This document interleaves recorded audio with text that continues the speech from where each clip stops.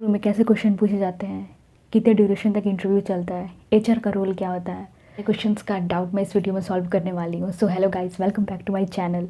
मेरा नाम खुशी है, आपके सारे डाउट सॉल्व करने के लिए मैं आ चुकी हूँ। फर्स्ट है इंटरव्यू। इंटरव्यू बेसिकली दो हिस्सों में डिवाइड होता है। First is introduction, second is questions. ठीक है, तो मैं पहले चलूँगी इंट्रोडक्शन की तरफ। आपको इंटरव्यू में इंट्रोडक्शन देने के लिए बेसिक चीज़ें ध्यान में रखनी होगी। फर्स्ट ये है कि अपनी बेसिक चीज़, जैसे कि आपका नाम क्या है, आप किस कॉलेज से आपने पढ़ा है, और आपके क्या क्या स्किल्स है जो कि आपने रिज्यूमे में ऐड किया है। उसके बाद इम्पॉर्टेंट, आपने ट्रेनिंग कहाँ से करी है, कितने ड्यूरेशन की है, और फिर उसके बाद आपका फाइनल ईयर प्रोजेक्ट कौन सा है। ठीक है, वो आपको आपके इंट्रोडक्शन में बेसिकली एक समराइज तौर पे बिल्कुल बेसिक तरीके का आपको मेंशन करना है। उसके बाद फर्स्ट आता है, आप जब इंटरव्यू में बैठोगे तो उसमें ऑब्वियस सी बात है, आपको मतलब ऐसा है कि वेट करना पड़ेगा। ठीक है, तो वेट करना पड़ेगा। अब वेट करो, ऐसा नहीं है कि थोड़ी देर अगर हो जाए तो आपको उठ के जाना नहीं है। आधे घंटे से थोड़ा ज़्यादा आपको वेट करना ही होगा। अगर ज़्यादा लेट होता है या फिर डिले होता है तो खुद इन्फॉर्म कर देते हैं, बट आधे घंटे तक तो आप वेट कर ही सकते हो। ठीक है, आपको वेट करना है। वो आएंगे, दो से तीन होंगे, एक एचआर होंगे और दो टेक्निकल क्वेश्चंस पूछने के लिए होंगे। ठीक है, तो उसके बाद आपका इंटरव्यू स्टार्ट होगा। तो आपको फर्स्टली अगर वो पूछते हैं कि just tell me about yourself, तो आपको अपना बेसिक सा इंट्रोडक्शन देना है बिना घबराए हुए। और हाँ, अगर बहुत सारे लोग, मैं कमेंट सेक्शन में देखती हूँ, पूछते हैं क्वेश्चन हिंदी में होगा कि इंग्लिश में होगा असेसमेंट के लिए, तो ठीक है, आपको जिस लैंग्वेज में कंफर्टेबल हो रहा है आप उस लैंग्वेज में दो। लेकिन ये फैक्ट है कि आपको बेसिक इंग्लिश आनी ही पड़ेगी, क्योंकि आप ठीक है असेसमेंट में इंग्लिश कैसे भी करके दे रहे हो, आपको क्वेश्चन नहीं समझ में आ रहा, क्वेश्चन छूटेगा, ऑब्वियस सी बात है। और इफ़ अगर इंटरव्यू में अगर सामने वाला बिल्कुल कोऑपरेटिव हुआ, कोऑपरेट कर दिया इंग्लिश में तो ठीक है, हिंदी में तो ठीक है, आप हिंदी और इंग्लिश या फिर इंग्लिश में भी दे सकते हो, ऐसा कोई दिक्कत नहीं है। पहले ही उनको बता दो कि sir I am comfortable in Hindi और इंग्लिश, तो वो ठीक रहता है। बट फैक्ट है कि आपको इंग्लिश, बेसिक इंग्लिश समझनी सुननी आनी पड़ेगी, क्योंकि अगर इफ़ आपका पोस्टिंग हो जाएगा, बहुत सारी चीज़ मतलब सारे डॉक्यूमेंटेशन वर्क सारे चीज़ इंग्लिश में ही होते हैं, तो आपको इंग्लिश आना चाहिए। ठीक है, बेसिक आना चाहिए। ओके, तो आप अगर सबसे बेस्ट यही होगा कि आप इंग्लिश में ही दो, अगर नहीं है तो हिंदी इंग्लिश मिक्स करके या फिर हिंदी में ही दो। ठीक है, फिर उसके बाद अगर वो आपसे इंट्रोडक्शन पूछते हैं तो आप इंट्रोडक्शन दो, अगर नहीं पूछते हैं तो ज़रूरत नहीं है देने की। जस्ट लाइक मैं अपना बताती हूँ, मेरा इंटरव्यू जो था आधे घंटे लेट हो चुका था, मैं वेट कर रही थी।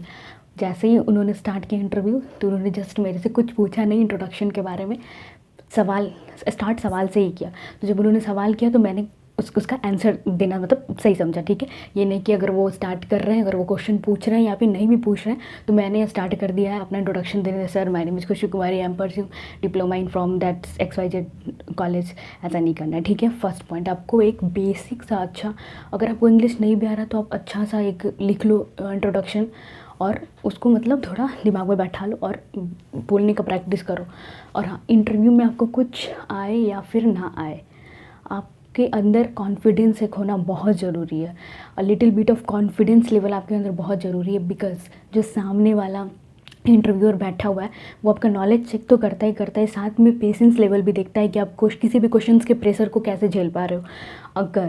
अगर आपको मैं एक ट्रिक बता रही हूँ, अगर आपको कोई भी क्वेश्चंस का आंसर नहीं आ रहा है तो ऐसा नहीं है सोचने लगो, कुछ सेकंड्स के लिए सोचो, अगर माइंड में आ रहा है तो रिप्लाई दो, अगर माइंड में नहीं आ रहा है तो साफ बोलो, आराम से बोलो नॉर्मल वे में कि sir I can't recall this question in my mind now, या फिर बोल सकते हो सर मुझे इसका आंसर नहीं पता है। ठीक है, तो वो नेक्स्ट क्वेश्चन पूछेंगे, माइंड नहीं करेंगे। ठीक है, अब जितना ऑनेस्ट हो गए, बहुत ही ज़्यादा ऑनेस्ट नहीं होना है, बट जो क्वेश्चन का आंसर आ रहा है अब दो, जो क्वेश्चन का आंसर नहीं आ रहा है उसको मत दो, सर से बोल दो कि नहीं मुझे आ रहा है। ठीक है, ये हो गया।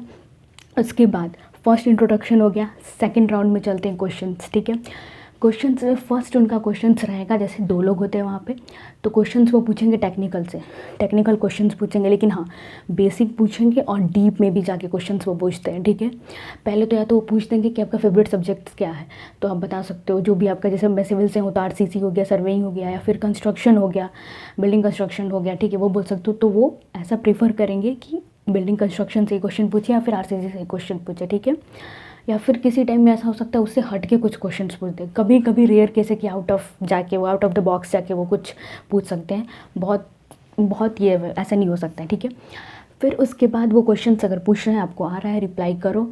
और हाँ, सिविल से क्वेश्चंस है या फिर इलेक्ट्रिकल से क्वेश्चंस है तो मैंने कुछ क्वेश्चंस उसको ऐड कर रखा है।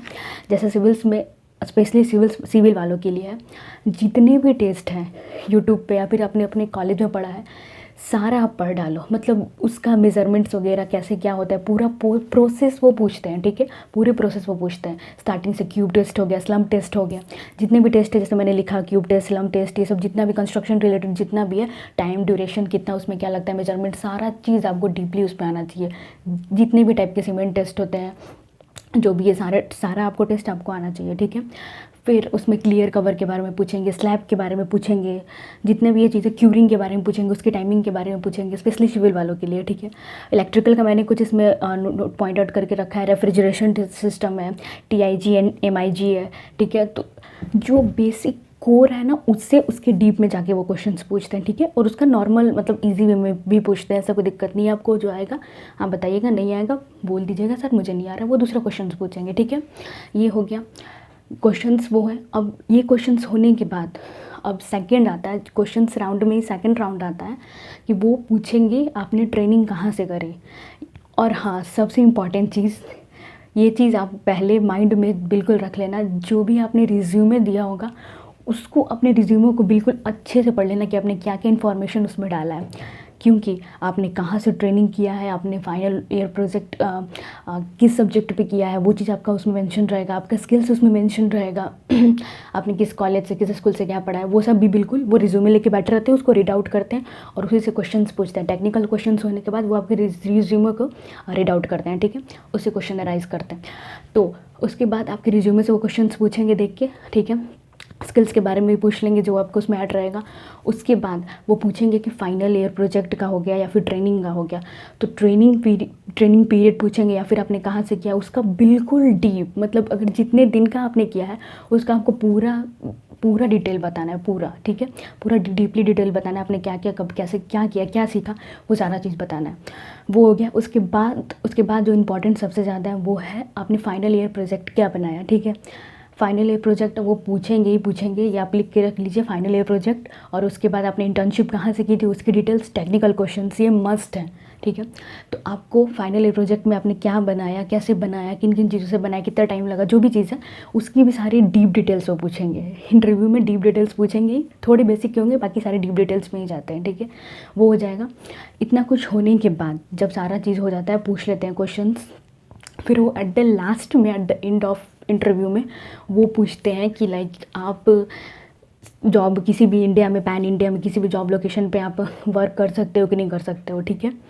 तो कर सकते हो कि नहीं कर सकते हो, तो अगर आपके अकॉर्डिंग, मुझे तो ऐसा सही लगता है, अगर इफ़ आपको कहीं और जाने वाने में, कहीं पैन इंडिया में दिक्कत नहीं है तो आप उनको हाँ ही बोल दो। मेरा तो ऐसा पर्सनली रहेगा आपको सजेशन कि आप हाँ बोल दो, ना बोलोगे ऐसा क्रिटिकल होगा, दिक्कत होगा उनको भी आपको सेलेक्ट करने में, इसीलिए बोल दो कि हाँ। मुझसे भी पूछा गया था तो मैंने हाँ बोल दिया था कि मुझे वैसे भी कहीं दिक्कत नहीं था पैन इंडिया में कहीं पे भी जॉब करने में, तो आपको भी वही बोलना है कि हाँ मुझे कोई भी दिक्कत नहीं है सर। वो ये क्वेश्चंस पूछेंगे, ठीक है। ये पूछने के बाद वो फिर बताएंगे कि आप देखते हैं, मतलब ठीक है, कुछ ऐसे करके बोलेंगे वो, फिर वो आपका इंटरव्यू कट हो जाएगा। तो इतना इंटरव्यू पीरियड है, 20-25, किसी का आधे घंटे भी चलता है, मेरा 25 से 30 मिनट का चला था, ठीक है। उसमें आप लैपटॉप से भी दे सकते हो, फ़ोन से भी दे सकते हो। मैंने फ़ोन से ही दिया था क्योंकि मुझे थोड़ा ज़्यादा कंफर्टेबल लग रहा था। असेसमेंट तो लैपटॉप से ही दिया था, बट इंटरव्यू फ़ोन से दिया था। तो आप भी फ़ोन से दे सकते हो।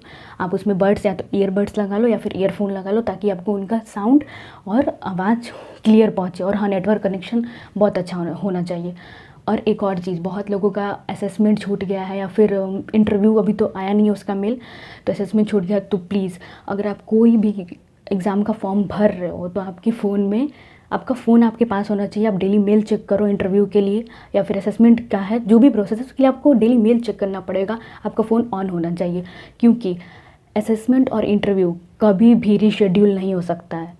मेडिकल रीशेड्यूल हो सकता है, इंटरव्यू और असेसमेंट कभी रीशेड्यूल नहीं होगा, ठीक है। आप इंटरव्यू को फ़ोन से दे सकते हो, कोई दिक्कत नहीं है। और हाँ, अगर आपको उनकी कोई भी आवाज़ या फिर कोई वर्ड समझ में नहीं आ रहा तो आप फिर से उनको बोलो रिक्वेस्ट नॉर्मल सा ही फॉर्मल वे में बोलो कि सर मुझे आपका क्वेश्चन समझ नहीं आया। जैसे मेरे साथ भी होता था, मुझे क्वेश्चन समझ नहीं आता था तो मैं सर से बोलती थी sir can you repeat this questions, तो सर रिपीट करते थे। फिर अगर मुझे समझ में आया तो मैं रिप्लाई देती थी, अगर नहीं समझ में आया तो मैं बोलती थी sir I can't recall that question in my mind currently, तो फिर वो दूसरा क्वेश्चन पूछते थे। ठीक है, ये हो गया। उसके बाद अगर आपको कहीं भी कम्युनिकेशन लैक लगा तो आप बेझिझक पूछ सकते हो। ऐसा नहीं कि अगर वो उनका क्वेश्चन ही समझ में आया और बिल्कुल इंट्रोवर्ट टाइप से बैठे हुए हो तो ऑब्वियस सी बात है आप सेलेक्ट नहीं होगे। आपको कम्युनिकेशन उनसे अच्छे से बनाना है, बैठाना है। ठीक है, सबसे most important, be in formal. चाहे वो लड़की हो चाहे वो लड़का हो, कोई भी इंटरव्यू दे रहा हो, फॉर्मल शर्ट में पहने, टाई ब्लेजर की ज़रूरत नहीं है, बटन शर्ट्स के सारे बंद हो और अच्छे तरीके से सामने से सही ढंग से बाल करके, अगर लड़की हो तो पोनी कर ले, लड़की हो तो बिल्कुल ढंग से तरीके से बैठें। ठीक है, बिल्कुल जो भी है कैमरे के सामने जो भी सर है, नहीं तो अगर वो क्वेश्चन ऐसे पूछ रहे हो, अगर आप ऐसे करके रिप्लाई दे रहे हो तो that's a one way communication, that's not a two way communication. ठीक है, तो आपको बिल्कुल उनसे कम्युनिकेट करना है अच्छे से, जितने भी पीरियड का इंटरव्यू हो आपको कम्युनिकेट अच्छे से करना है। ठीक है, सबसे इम्पॉर्टेंट चीज़, आपको अपना कॉन्फिडेंस लेवल जो भी है अच्छे से बना के रखना है। बीच में ऐसा होगा कोई questions out of the mind होंगे या फिर कोई क्वेश्चंस आपको आते हुए भी एट द टाइम नहीं आएंगे, ऐसा मेरे साथ भी हुआ था। तो उस टाइम पे आपको बिल्कुल नॉर्मल रहना है, जो आया उसको बताना है, जो नहीं आया उसको नहीं बताना है, दैट्स इट। इसका बस एक ही सॉल्यूशन कह सकते हो, वही है। ठीक है, उसके बाद ये सब मैं आपको ट्रिक्स एंड टिप्स बता रही हूँ जो मेरे साथ हुआ एक्सपीरियंस के हिसाब से, वो आपको वो फॉलो करना है। ड्रेस वगैरह हो गया जो फ़ोन से दे सकते हो वो, और नेटवर्क प्रॉब्लम नहीं होना चाहिए, क्योंकि नेटवर्क प्रॉब्लम होगा अगर आपका इंटरव्यू के बीच में कट गया तो बहुत ही मुश्किल है दोबारा फिर से इंटरव्यू आपका रिशेड्यूल कराना, दैट्स नॉट पॉसिबल ही नहीं है वो। ठीक है, आपको जो मैंने क्वेश्चंस बताए टेक्निकल जो मेन क्वेश्चंस होते हैं आप उसको देखो, बिल्कुल हो जाएगा, आपको टेंशन लेने वाली कोई बात नहीं है। कि मैंने इंटर्नशिप DMRC से की थी, तो मैंने 4 वीक की ही थी। ठीक है, तो उन्होंने सारे वीक का डिटेल्स मेरे से पूछा था, आपने किस किस वीक में कहाँ क्या किया था, तो मैंने जिस भी वीक में जहाँ पे जो भी चीज़ किया था, जो भी चीज़ सीखा था वो बता दिया था। उसके बाद उन्होंने पूरा डीपली पूछा था कॉलेज के प्रोजेक्ट, फाइनल ईयर प्रोजेक्ट के बारे में, तो उसके भी बारे में मैंने सारा कुछ बताया था। उसके बाद फिर 1-2 क्वेश्चन फिर टेक्निकल के उन्होंने पूछे थे मेरे से, क्लियर कवर के बारे में, स्लैब के बारे में, बार एनफोर्समेंट जो भी है उसके बारे में पूछा था। ठीक है, फिर उसके बाद उन्होंने इंटरव्यू ख़त्म कर दिया था। फिर हाँ, आपको लास्ट में भी क्या करना है, अगर वो ख़त्म करे तो आपको ऐसे ही कट नहीं कर देना है, वो थोड़ा सा रुकते हैं और आपको लास्ट में थैंक यू बोलना होता है। थैंक यू सर, जितने भी सारे लाइक नॉर्मल सा है, थैंक यू आपको बोलना होता है, थैंक यू सर, ओके। फिर उसके बाद वो कट कर देते हैं, आपको बताते नहीं। और हाँ, बहुत लोग पूछेंगे कि इसका रिज़ल्ट कब आएगा, या उसमें ही वो बता देते हैं कि आप सेलेक्टेड हो या नहीं हो। नहीं, बिल्कुल नहीं। लेकिन मुझे ऐसा लगता है कि अगर आप इंटरव्यूअर के क्वेश्चंस को बियर करना सीख गए और आपने वो हैंडल कर लिया पूरे सिचुएशंस को पेशेंस लेवल के साथ, तो 90 to 95% चांसेस है कि आपने इंटरव्यू को क्रैक कर लिया है। ठीक है, भी नॉर्मल हो गया, बिल्कुल फेस पे ऐसा ना दिखे कि पसीने छूट रहे हैं या फिर आपको टेंशन हो रहा है कि ये क्वेश्चन अगर सबसे बड़ा क्वेश्चन लोगों का क्या होता है कि अगर ऐसा होगा, अगर कोई सामने से ऐसा कोई क्वेश्चन पूछ लिया जो मुझे नहीं आया और मैंने उसका रिप्लाई नहीं दिया तो क्या मेरे मार्क्स कट हो जाएंगे? ऐसा बिल्कुल नहीं है। जितने क्वेश्चंस आ रहे हैं दीजिए, जितने क्वेश्चंस नहीं है। इंटरव्यू के क्वेश्चंस के लिए आप ग्रुप से जुड़े रहिए, उसमें इंटरव्यू क्वेश्चन वो ऐड होते जाएंगे, आप उसको रिवाइज करते जाइएगा। और मेन जो ब्रांच के पेपर होते हैं उसको देखिएगा ध्यान से, वो आपको बिल्कुल क्लियर तरीके से वो हो जाएंगे, आपका इंटरव्यू भी क्लियर हो जाएगा, उस बात की कोई टेंशन नहीं लेना। तो जिसके असेसमेंट का मेल आ गया, कॉन्ग्रेचुलेशंस। और जिसका असेसमेंट का मेल नहीं आया है उनके लिए बस 2 ही चीज़ है, या तो आपका जो भी आपने डॉक्यूमेंट जो भी फॉर्म फिल किया था उसमें कुछ ना कुछ गड़बड़ी किया होगा, या फिर आपके रिज्यूमे को देख के वो सेलेक्ट आपको नहीं किए होंगे। ठीक है, या मार्क्स की वजह से हो, या फिर स्किल्स जो वो चाहते हैं वो उसमें फिट ना बैठ रहा हो, बहुत सारे रीजंस हैं। तो ये रीज़न नहीं है कि या तो आपने कुछ गलत किया होगा फॉर्म फिलअप में, या तो आपका रिज्यूमे है जो वो सूट नहीं कर रहा होगा, उनको पसंद नहीं आया होगा। ठीक है, उसका चाहे फॉर्मेट हो, चाहे जो आपका स्किल्स हो, परसेंटेज जो भी, वो भी बहुत मैटर करता है। ठीक है, इनका असेसमेंट हो गया है, वो अभी इंटरव्यू की ओर ध्यान दें, स्पेशली टेक्निकल क्वेश्चंस को जो है आप देखें, ग्रुप में आ जाएगा, आपको मिल जाएगा टेक्निकल क्वेश्चंस किस प्रीवियस ईयर में क्या क्या पूछे गए थे, आप उनको देखिए। और आप खुद का भी जो आपने कॉलेज में पढ़ा है उसको देखिए। ठीक है, ऐसे आप अगर उसको पढ़ेंगे, मेन जो ब्रांच का पेपर होता है, जो क्वेश्चंस आते हैं उसके, वो आप देखिए, वो हो जाएगा उससे। उसके बाद इंट्रोडक्शन, एक बेसिक से आपको इंट्रोडक्शन रेडी कर लेना है। अगर आपको नहीं हो सकता तो उसको लिख लीजिए और उसको बोल के किसी को सुनाइए कि कैसे सही से बोल पा रहे हैं नहीं। और हाँ, सबसे ज़रूरी चीज़ है, अगर आप इंटरव्यू में बैठे हुए हो तो नॉर्मल तरीके से बिल्कुल आहिस्ते आराम से आपको बैठना है, उनके क्वेश्चन्स का रिप्लाई देना है और फॉर्मल तरीके में। अगर मतलब लाइक आपको ऐसा नहीं होना चाहिए कि आपको ऐसा हंसी आ गया या फिर आपने हंस दिया, फिर बिल्कुल इनफॉर्मल कैजुअल में बात कर रहे हो। नहीं, इंटरव्यू ही है कि फॉर्मल तरीके से कम्युनिकेशंस करना है, बिल्कुल आराम से आहिस्ते से करना है, ठीक है। आपको सबसे मेन चीज़ ये रखना है।